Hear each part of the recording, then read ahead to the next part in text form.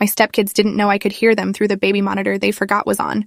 I was folding laundry in the basement when I heard Chloe's voice come through the baby monitor receiver sitting on the dryer, clear as day, like she was standing right next to me. Did you see her face when Dad said we're spending Christmas at her mom's? She looked like she was going to cry. Laughter followed, high and cruel. 17-year-old Chloe and her 15-year-old brother Nathan, my stepchildren for the past 3 years, talking in Nathan's room where we'd set up the monitor 6 months ago when their grandmother stayed over after her hip surgery. Nobody remembered to take it down. I stood perfectly still, a pair of my husband Derek's jeans in my hands, listening to my stepkids discuss me like I was some kind of intruder in their lives. Nathan's voice came through next. She tries so hard to make us like her. It's pathetic. More laughter. My heart hammered against my ribs. 3 years of making their favorite meals, driving them to practices and appointments, helping with homework, attending every single school event. 3 years of telling myself that the coldness would eventually thaw if I just kept showing up, kept trying, kept loving them even when they gave me nothing back. Chloe's voice dropped to a whisper, but the monitor picked it up perfectly. Mom says we just have to hold out 2 more years until I'm in college. Then we can basically ignore her. Dad will choose us over her if we make him pick. Nathan said something I couldn't quite catch, then Chloe again. Are you kidding? She's not going to last. Mom gives her maybe another year before Dad realizes he made a mistake. Remember Danielle? She lasted what? 8 months? They both laughed, and I felt something crack inside my chest.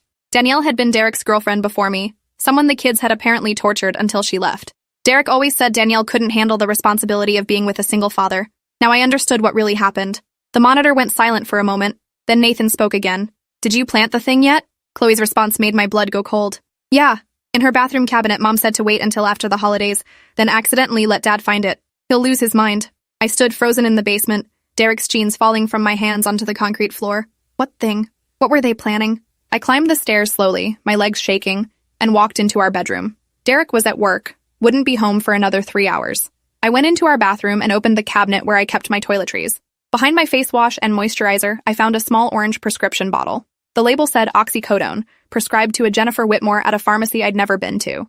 My hands trembled as I opened it. The bottle was half full of white pills. I'd never seen this before in my life. I stood there staring at the pills, understanding crashing over me in waves. They were going to make it look like I had a drug problem. They were going to plant evidence and let Derek discover it, probably stage some intervention or crisis that would end my marriage. 3 years of careful planning and patience from their mother, using her children as weapons against the woman who'd replaced her. I heard footsteps upstairs and quickly shoved the bottle back where I'd found it, my heart racing. I had to think. I had to be smart about this. That evening at dinner, I watched them differently. Chloe helped set the table without being asked, smiling at me sweetly. Nathan actually answered my question about his English project with more than a grunt. Derek noticed and squeezed my hand under the table, his eyes warm with pride that his kids were finally coming around. I wanted to scream. I wanted to grab him right there and drag him downstairs to listen to that monitor, make him hear what his precious children really thought of me. But something stopped me. Maybe it was the way they'd perfected their performance, the years of practice they'd had manipulating him, or maybe it was the realization that if I confronted them now, without real proof, they'd just deny everything. It would be their word against mine, and Derek had already proven over 3 years that he'd always take their side in any conflict. He called it protecting his kids from feeling replaced. I called it enabling their cruelty. After dinner, Chloe volunteered to help me with dishes. She stood next to me at the sink, drying plates and chatting about her chemistry class like we were friends, like she hadn't been plotting my destruction an hour ago. I went to bed that night lying next to Derek, listening to him snore softly, wondering how to tell him that his children were being weaponized by his ex-wife Lydia, had been a presence in our marriage from day one, always calling with some emergency that required Derek's immediate attention, always scheduling things for the kids that conflicted with our plans, always making subtle comments about how hard it must be for them to accept another woman in their father's life. Derek thought she was being a good co-parent, keeping communication open. I'd thought she was being possessive and manipulative. Turns out we were both right, but I'd vastly underestimated how far she'd go. The next morning, I made breakfast while Chloe and Nathan got ready for school. They came down dressed and ready, backpacks on, performing their roles perfectly. Chloe thanked me for making pancakes, her favorite. Nathan actually made eye contact when he said goodbye. Derek beamed at them, then at me, his face full of hope that we were finally becoming a real family. I smiled back and watched them leave, then went straight to the basement with my phone. I sat on the cold concrete steps and called my best friend Rachel, who was a family law attorney. She answered on the second ring. I told her everything. The monitor, the conversation, the pills in my bathroom. Rachel was quiet for a long moment, then said, "Don't touch those pills again. Don't move them. Don't throw them away. Definitely don't take them to confront anyone and start documenting everything." She explained that planted evidence was serious, that parental alienation was real, and that I needed to be very careful about how I handled this. She said to keep listening to the monitor, to record anything relevant, and to start building a case before I said anything to Derek. Because once I opened this door, there would be no going back. My marriage would either survive this revelation or it wouldn't, and I needed to be prepared for both outcomes. I spent the rest of the day in a fog, going through the motions of my life while my mind raced. At noon, I drove to an electronics store and bought a digital recorder that could connect to the baby monitor's frequency. I set it up in the basement, hidden behind the dryer, programmed to record whenever the monitor activated. Over the next week, I collected evidence. The recorder captured 3 more conversations between Chloe and Nathan. In one, they discussed how their mother had promised to increase their allowances if they could drive me out before summer. In another, Nathan complained that pretending to like me was exhausting, and Chloe told him to think of it as acting practice. The third conversation was the worst. Chloe talking about how their mother had a whole plan mapped out, starting with the pills, then moving on to making it look like I was stealing money from Derek's account, then finally staging some kind of mental breakdown that would make me look unstable. They talked about it like it was a game, like I was just an obstacle to remove rather than a person who'd loved them and tried to be there for them. I listened to those recordings in my car, parked in grocery store parking lots, crying so hard I couldn't breathe. Every kind word I'd spoken, every meal I'd cooked, every game I'd attended, it all meant nothing to them. I was just the woman who wasn't their mother, and no amount of effort would ever change that. I started watching Lydia differently too. She came by the house every few days, always with some reason to see Derek or the kids. She was pretty in a sharp way, with perfectly styled blonde hair and expensive clothes, always looking like she'd just come from or was heading to something important. She'd smile at me with her mouth but not her eyes, asking how I was doing in a tone that suggested she already knew the answer and found it amusing. Once, she even complimented my outfit while I was wearing old jeans and a sweatshirt, the kind of compliment designed to make you feel worse about yourself. Derek never saw it because he was too busy trying to keep the peace, to make sure Lydia felt respected as the mother of his children. What he didn't see was that Lydia didn't want peace. She wanted me gone and was willing to turn her children into little soldiers in her war. I thought about confronting her directly, showing up at her pristine townhouse and playing the recordings, letting her know I was onto her scheme. But Rachel's voice echoed in my head. Document everything. Be patient. Build an airtight case. 2 weeks into my secret recording project, I captured something that changed everything. It was a Saturday afternoon. Derek had taken the kids to see their grandmother, and I'd stayed home claiming a headache. Really? I wanted time to listen to the latest recordings, but around 3 p.m., the monitor activated. I heard Lydia's voice coming through, sharp and clear. She must have come by the house, probably using the key Derek still let her have for emergencies. Nathan, help me look through her things. I need to find bank statements or anything that shows she's spending Derek's money irresponsibly. My whole body went cold. She was in my house, going through my belongings. I grabbed my phone and opened the security camera app I'd installed last month. Derek thought it was for package theft prevention. Really, I'd wanted to document any intrusion, any evidence of the campaign against me. The cameras showed Lydia in our bedroom, Nathan with her, going through my dresser drawers. Chloe was standing by the door as lookout. I recorded the security footage on my phone while the baby monitor picked up Lydia's voice giving instructions. Look for receipts, anything expensive. We need to build a narrative that she's bleeding him dry. I sat in my car in the driveway, watching on my phone as Lydia and my stepkids ransacked my bedroom. She went through my closet, my nightstand, my jewelry box. She took photos of a necklace Derek had given me for our anniversary, probably planning to use it as evidence of my expensive tastes. Nathan found the credit card statements Derek and I kept in a desk drawer and photographed each page. Chloe kept checking her phone, presumably tracking her father's location to make sure he didn't come home early. The casual efficiency of it was staggering. This wasn't their first operation. They'd been doing this for a while, collecting information, building their case against me piece by piece. I watched Lydia pause at a photo on my nightstand, one of Derek and me from our honeymoon in Maine. She picked it up, looked at it for a long moment, then deliberately placed it face down before moving on. That small gesture told me everything I needed to know about the depth of her hatred. After 20 minutes, they left. I waited in my car until I saw Lydia's white SUV pull away, then went inside to assess the damage. Everything looked normal at first glance, but I could see the small signs of intrusion. My jewelry box wasn't quite closed all the way. The desk drawer wasn't pushed in completely. The photo frame was still face down. I took pictures of everything, documenting the evidence of their search. Then I went to the basement and reviewed the monitor recordings from the afternoon. Lydia's voice came through crystal clear, giving instructions, making comments about my taste, my belongings, my life. At one point, she said, Derek was always too trusting. He didn't see through me, and he doesn't see through her either. But we're going to open his eyes. The way she said it made me realize this wasn't just about getting rid of me. This was about maintaining control over Derek through the children, about making sure no woman could ever successfully integrate into their family unit. I was just the latest target in a pattern that had probably destroyed other relationships before mine. Rachel had told me to build a case, but now I had more than a case. I had evidence of breaking and entering, of conspiracy, of parental alienation. I had enough to destroy Lydia legally and socially. That night at dinner, I watched Derek interact with his kids. He was so proud of them, so in love with the idea of them. Chloe made him laugh with some story from school. Nathan asked for advice on a project. They were good kids when they wanted to be, when they weren't being manipulated by their mother into being weapons. Part of me wanted to protect Derek from the truth, to spare him the pain of knowing his children had been turned against his wife. But a bigger part of me was tired of being the only one protecting anything in this marriage. I'd been protecting his feelings, protecting his relationship with his kids, protecting the fantasy that we could all be one happy family if I just tried hard enough. Meanwhile, nobody was protecting me. I decided that night that I was done being the martyr. I was done absorbing cruelty in silence. It was time for Derek to see what was really happening in his house, in his family, under his nose. After dinner, I asked Derek if we could talk privately. We went into our bedroom, and I closed the door. I could see him already preparing his, "The kids are trying, you need to be patient" speech.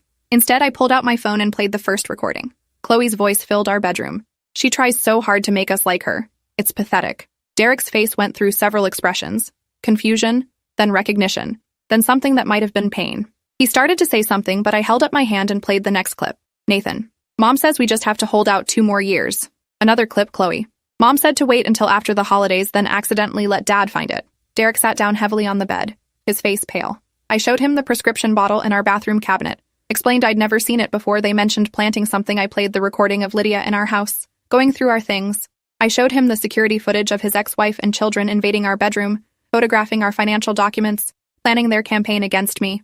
With each piece of evidence, I watched something break in Derek's eyes. When I finished, he just sat there, staring at his hands. The silence stretched between us, heavy and suffocating. Finally, he spoke, his voice barely above a whisper. "How long have you known?" I told him 2 weeks.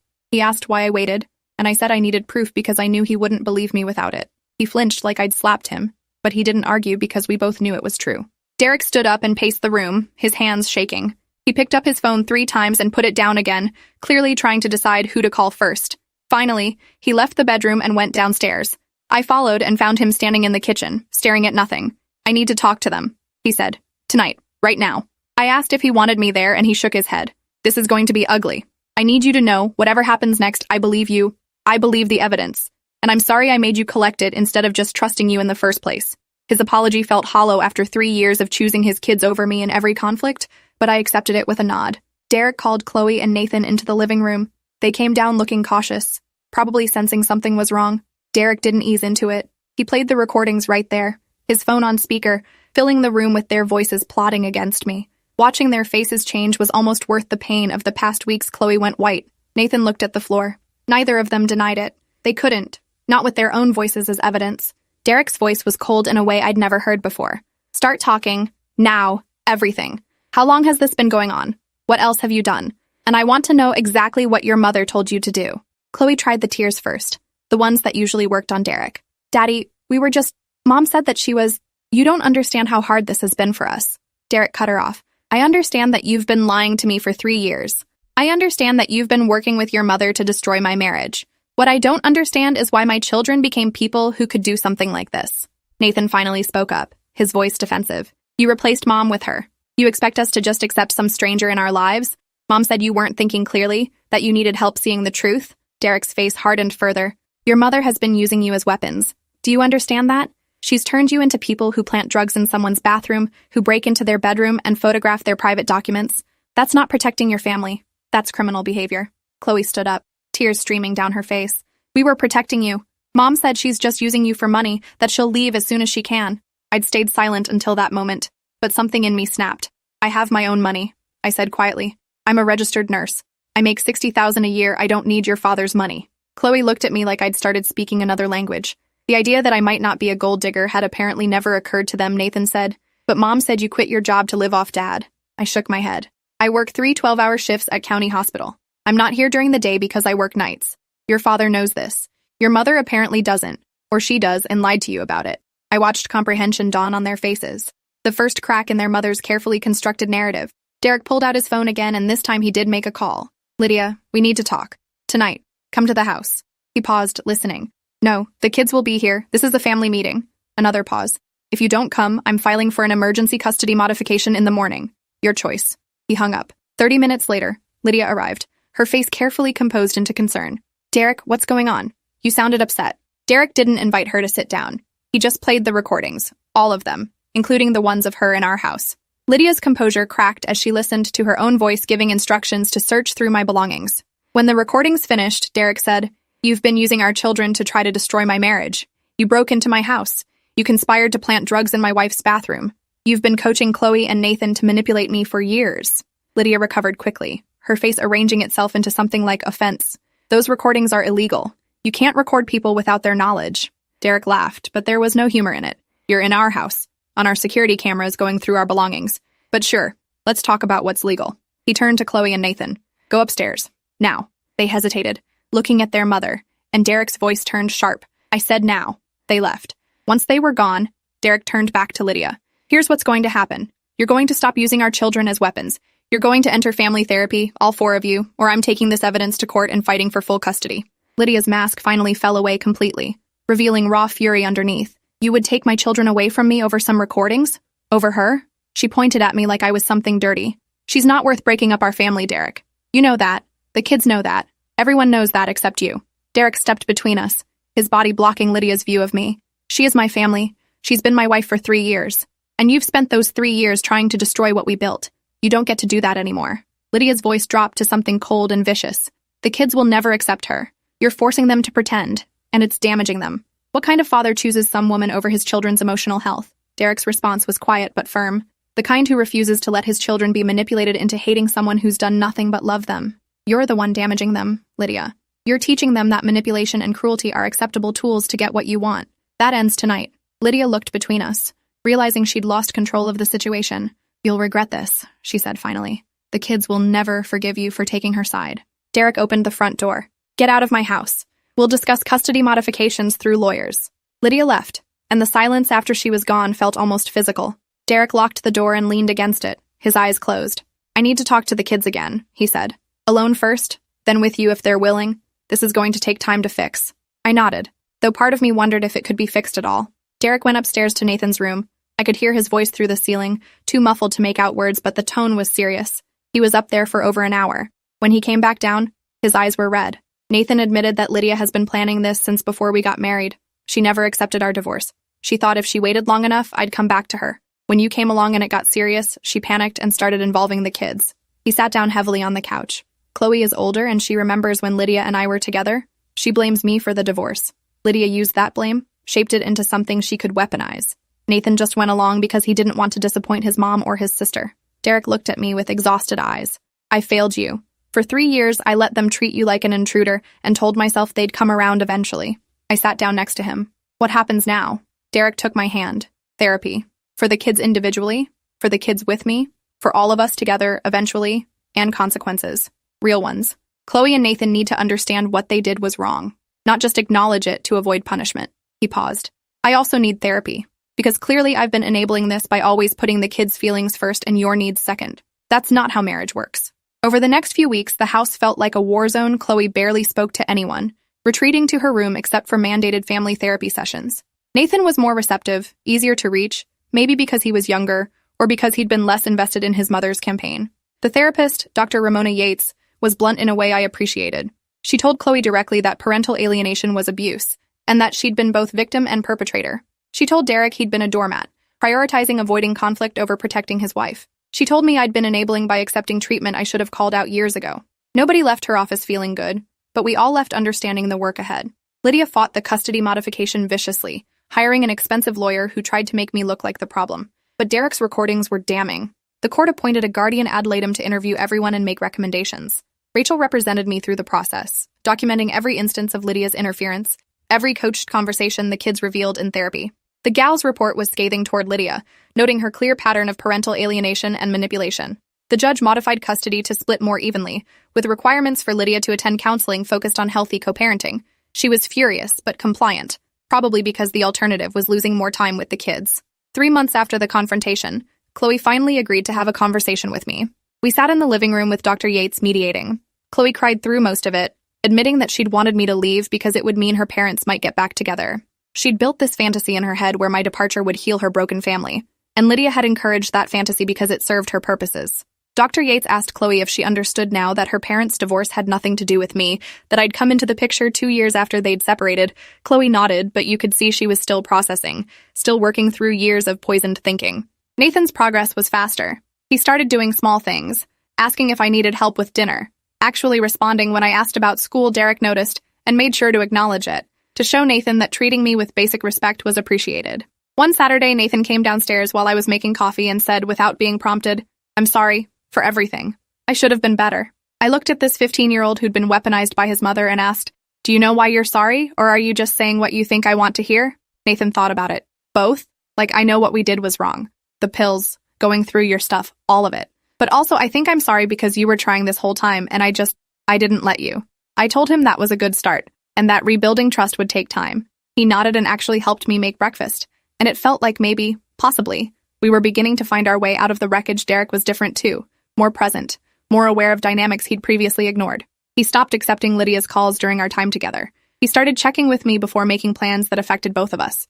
6 months after everything exploded, we had our first family dinner that felt almost normal. Chloe told a funny story about her chemistry teacher, Nathan, asked me about a patient I'd mentioned from work. Derek looked around the table with something like relief on his face. We weren't fixed, not even close, but we were trying. After dinner, Chloe helped clear the table without being asked.